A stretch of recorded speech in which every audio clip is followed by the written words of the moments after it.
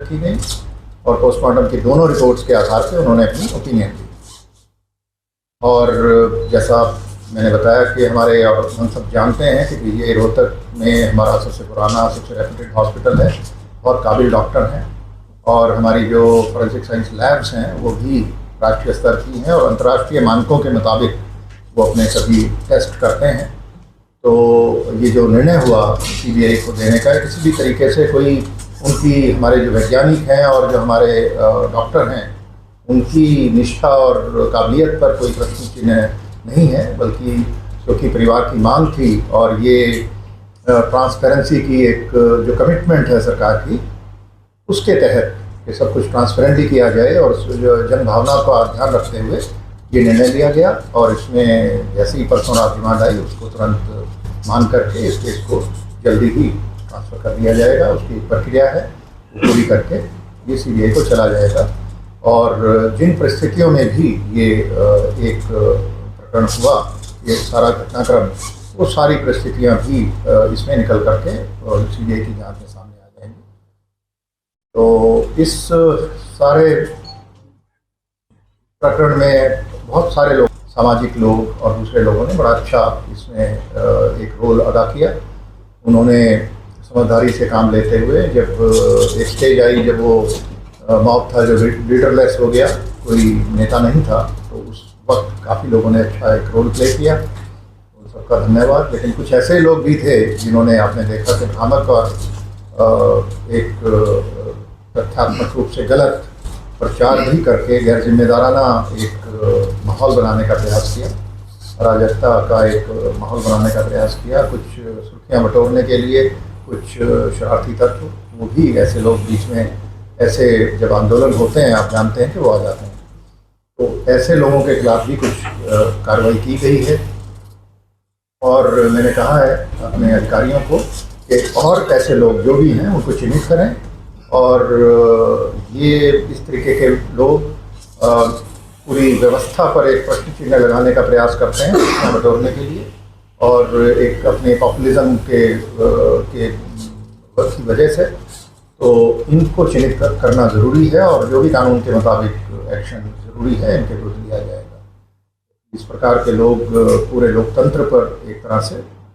प्रश्न चिन्ह लगाने का प्रयास करते हैं। तो ये कुछ चीज़ें थी, और हम जो, जैसा आपको पता है कि कुछ पुलिसकर्मियों पर भी एक्शन हुआ, वो किसी इन्वेस्टिगेशन की किसी कमी की वजह से नहीं हुआ। वो एक परिवार की शुरू में ये बातें आई कि उनके साथ व्यवहार कुछ ठीक नहीं किया गया, तो उसके चलते विभागीय कार्रवाई जो हुई, उसमें जो भी आगे उनको प्रिंसिपल्स ऑफ नेचुरल जस्टिस के हिसाब से जो हमारी प्रक्रिया है उसके हिसाब से मौका दिया जाएगा अपनी बात रखने का, और जांच आगे बढ़ेगी और जो जांच में दोषी पाया जाएगा उसके ऊपर कार्रवाई की।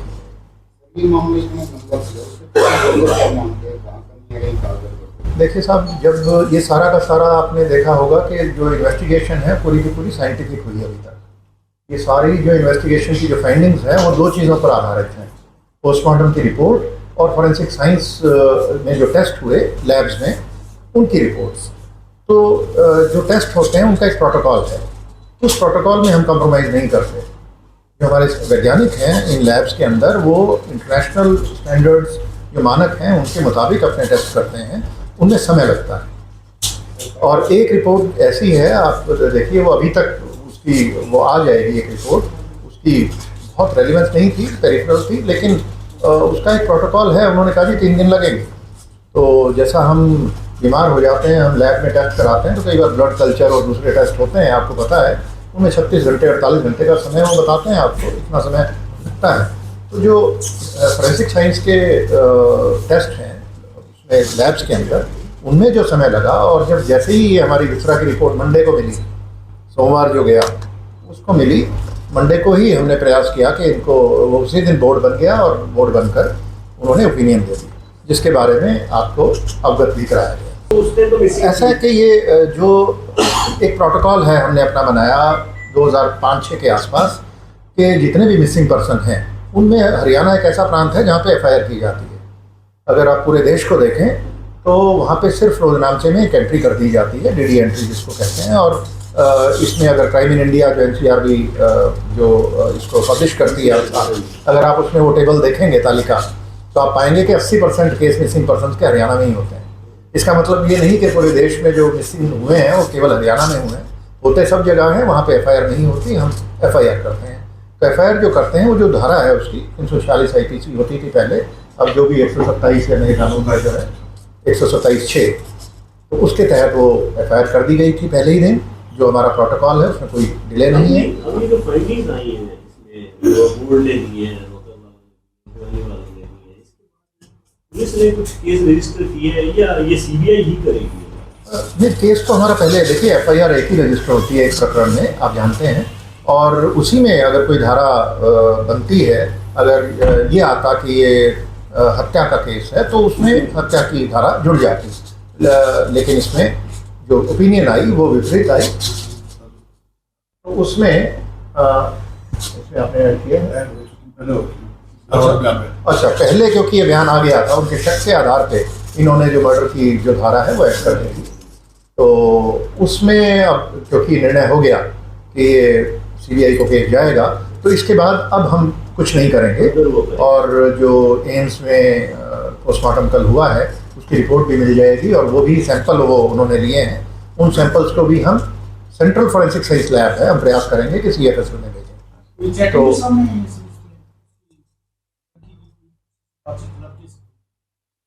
ऐसा कि वो उन डिटेल्स में अभी जाने का कोई बहुत अभी औचित्य नहीं है कि, लेकिन हाँ वहाँ पे ये ज़रूर है कि जैसा कि आप जानते हैं, बात पहले भी आ चुकी कि सुसाइड नोट वहीं पे मिला, और जो इंसेक्टिसाइड खरीदने की बात है इसकी वो भी इसमें आ चुकी है, और जो जिस दुकान से ये खरीदा गया उनके बयान भी आ चुके हैं। तो ये सारी चीज़ें हैं, पर अब ये सारी चीज़ें अब फाइल पर आ चुकी हैं, इनको एज सच हम पुलिस फाइल को ट्रांसफ़र करेंगे CBI को, और इसके आगे की जो इन्वेस्टिगेशन है वो CBI करेगी। बार बार एक ही सवाल उठाया गया सर कि जो वहाँ पर स्कूल था, जिस कॉलेज में जाने की बात कही गई थी, उस कॉलेज के बारे में कोई डिटेल्स या किसी तरह की कोई बात नहीं आई कि वहाँ पर कोई CCTV फुटेज मिली हो या इस तरह की कोई बात आई हो? क्या वास्तव में लड़की कॉलेज में गई थी? कोई इस तरह की पूछताछ में कोई बात सामने? सारा इंसिडेंट सर कैसे कैसे वक्त की फाइंडिंग में क्या है, तो थोड़ा भ्रम दूर हो जाएगा, बता देंगे ऐसे ऐसे गई थी, ये हुआ, तो थोड़ा सा भ्रम दूर हो जाएगा। वो डिटेल्स फिर जो इन्वेस्टिगेटिंग टीम है वो बेहतर बता पाएगी, लेकिन हाँ इसमें जो ये बात आई थी कि जो पहले दिन जब वो 11 तारीख का इंसिडेंट है, और 11 तारीख को करीब 1:30 बजे के करीब जिस बस में बिटिया ये आती थी घर से रोज़, तो वो ड्राइवर को फ़ोन करके उसने बताया कि आज मैं इस बस में नहीं जाऊंगी, और उसके बाद करीब आधे घंटे के बाद वो एक वीडियो फुटेज है जिसमें वो इंसेक्टिसाइड की दुकान पर उसकी प्रेजेंस बहुत दूर से है लेकिन वो दिखाई दे रही है, और जो इंसेक्टिसाइड खरीदने का एक रजिस्टर मेंटेन किया जाता है दुकान में, वहाँ भी एंट्री की हुई है दुकानदार ने, और दुकानदार के फिर बयान भी आए। उन्होंने बताया कि हाँ एक बच्ची आई थी और उसने ये परचेज़ किया, और उसके बाद फिर उसके बाद की कोई उस एरिया में कोई CCTV कैमरे नहीं है, तो उसके बाद की कोई आई विटनेस अकाउंट हमारे पास नहीं है। और उसके बाद फिर जो 13 तारीख को जब बॉडी मिली, और वहाँ पे जो सबसे पहले देखा उस केस के एक मालिक हैं, उन्होंने एक लड़का रखा हुआ है अपने, तो उसने सबसे पहले देखा, और उसने देखा कुछ एक जैसा बताया गया मुझे कि कुत्तों का एक झुंड था जो कहीं इकट्ठे वो जैसे किसी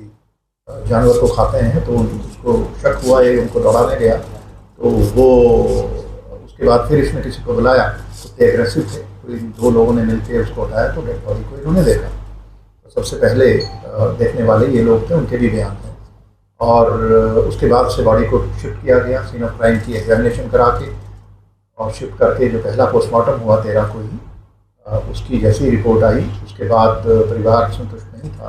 तो इसको रोहतक PGI रोहतक के अंदर सेकंड पोस्टमार्टम का निर्णय तभी लिया गया, और वहाँ पे भेज करके उस पोस्टमार्टम की पूरी वीडियोग्राफी भी करवाई गई, और उसके बाद की घटनाक्रम आप सभी जानते ही हैं, तो जो मैं बता चुका हूँ। और अब क्योंकि ये मांग भी थी परिवार की, और सबसे ज़्यादा महत्वपूर्ण हमारे लिए परिवार ही है, और एक जन भावना भी थी, उसका ध्यान रखते हुए सरकार ने जो निर्णय लिया CBI को कि इसकी इन्वेस्टिगेशन ट्रांसफ़र करने का, इसके मुताबिक आगे इन्वेस्टिगेशन बढ़ेगी और उसमें जो भी सहयोग हमारी तरफ से होगा वो हम सीबीआई को देंगे। एक तो ये मामला है जो उसके पास में जो मिला था जो मिला था वो पहले शो नहीं किया था। देखिए कि ये तो जैसा कि मैंने बताया कि 2 पोस्टमार्टम हुए, उनमें उन्होंने कुछ टेस्ट बताए और शुरू में जिस तरीके से वो उसको खाया हुआ था नेक को, तो वो हमें भी ये लगता था कि ये मर्डर हो सकता है। और उनकी स्टेटमेंट पे जैसा बताया एसपी साहब ने कि उसको मर्डर की धाराएं भी हमने ऐड कर दी तुरंत पहले दिन के बाद ही जैसे ही डेड बॉडी मिली। तो जो सुसाइड नोट की बात है ये भी मिल गया, लेकिन उसकी जो ऑथेंटिसिटी है वो एस्टेब्लिश करने में समय लगता है। तो ये चीज़ें इन्वेस्टिगेशन में जब मिलती हैं उनको डॉक्यूमेंट कर लेते हैं, सीन ऑफ क्राइम टीम जाती है, उसमें भी साइंटिस्ट होते हैं, आप जानते हैं। जैसे हमारी हर जिले में एक सीन ऑफ क्राइम टीम है जिसको एक SSO senior scientific officer head करते हैं और उन्होंने वो सारा वीडियोग्राफी भी करते हैं सारे सीन की। तो केवल एक नोट नहीं था, एक पॉलीथीन में उसमें कई और पर्सनल चीज़ें, बैग वगैरह भी था, तो वो सारी चीज़ें मिली थी डे 1 पे उनको। जो आप कह रहे हैं पब्लिक करने की बात, तो वो चीज़ें सारी इन्वेस्टिगेशन को डे 1 से हम पब्लिक नहीं करते। उसका कोई ऐसा वो तभी है जब उसकी हमें ऑथेंटिसिटी भी चेक करनी होती है। तो पब्लिश नहीं किया सर, वो मीडिया के थ्रू पब्लिक व्यक्तिगत चिट्ठियाँ बच्चों की हम पब्लिश करें वो ठीक नहीं होता। जो भी इन्वेस्टिगेटिंग एजेंसी अपनी स्टेटमेंट देगी वो एक नफी तुली स्टेटमेंट होनी चाहिए और उसी हिसाब से दी जाती है। बीजेपी हरियाणा समझते हैं कि शांतिपूर्ण तरीके से अब ये तमाम माहौल जो है शांत है पूरी तरह से, आप मानते हैं? हाँ, इस वक्त बिल्कुल शांत है और जैसा मैंने बताया कि ये जो इस तरीके के एलिमेंट्स हैं जिन्होंने इसमें एक गलत किस्म का रोल प्ले किया, जिन्होंने अच्छा रोल प्ले किया उनका धन्यवाद, और जिन्होंने अराजकता फैलाने का प्रयास किया इनको हम जरूर चिन्हित करेंगे और ये अपनी गतिविधियों में भविष्य में कभी कामयाब ना हो पाए इसका इंतजाम। 24 घंटे के लिए इंटरनेट की अवधि और बढ़ाई गई, इंटरनेट को सस्पेंड किया गया 24 घंटे के लिए, और जी, 2 जिलों में लोगों को बेहद परेशानियां हो रही हैं। बिल्कुल ठीक बात है, उससे परेशानियां होती हैं, पर पब्लिक ऑर्डर मेंटेन करने के लिए कई बार टफ डिसीजन लेने पड़ते हैं और कोई ऐसी गलत घटना ना हो जाए उसको प्रिवेंट करने के लिए भी ये ज़रूरी होता है कि ये फैसले बड़े सोच समझ के लिए जाते हैं। और ये निर्णय केवल 2 जिलों तक ही सीमित था और इसको शायद कल आज शाम तक ये फिर से रिस्टोर हो जाएंगे। यूट्यूबर अलग अलग इस प्रकार का कहीं भी कोई प्रदेश में मामला हो जाते हैं